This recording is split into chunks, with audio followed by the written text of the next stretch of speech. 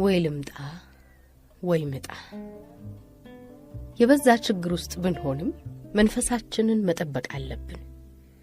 በትልቅ ስቃይ ብንያዝ እንኳን ነፍሳችን መታወክ የለባትም።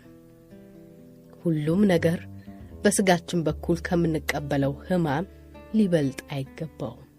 ሲፈልግ ድካም አካላችንን ያትላው እንጂ ፈጽሞ አንጀታችንን እስኪያሻምደው ድረስ አንፈቅድም። በሐዘን መታወር ዙሪያችንን እንዳያጨልመው ደፋሮች መሆን አለብን። የኤልያስ መልካ ሐሳብ ይህ ይመስለኛል። ልንሞት አፋፍ ላይ የቆምን ብንሆን እንኳን ነፍሳችን ያለ ረብሻ መሄድ አለባት። ወይልምጣ ወይምጣ ከሆንክ የኔ ዕጣ።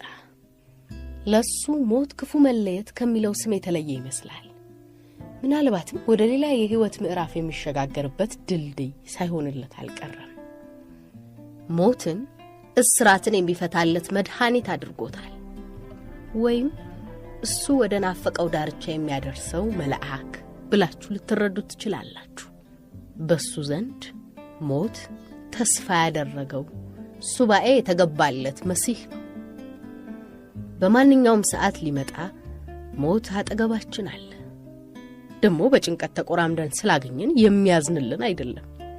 እንዲህ ያለውን ጨካኝ ተግባር በድፍረት ልናስተናግደው ይገባል። ሞት የህይወታችን አካል ነውና 9 ሞት መጣ ቢሉት አንዱን ግባ በለው ወይም ገዳይ ሲያረፋፍድ ሟች እንደሚገሰግሰው ያለ መሆኑ ነው። ጠንካሮች ሞት ዋጋ ከፍሎ እንዲወስዳቸው ሁልጊዜም መንገዳቸው ላይ ይገኛሉ።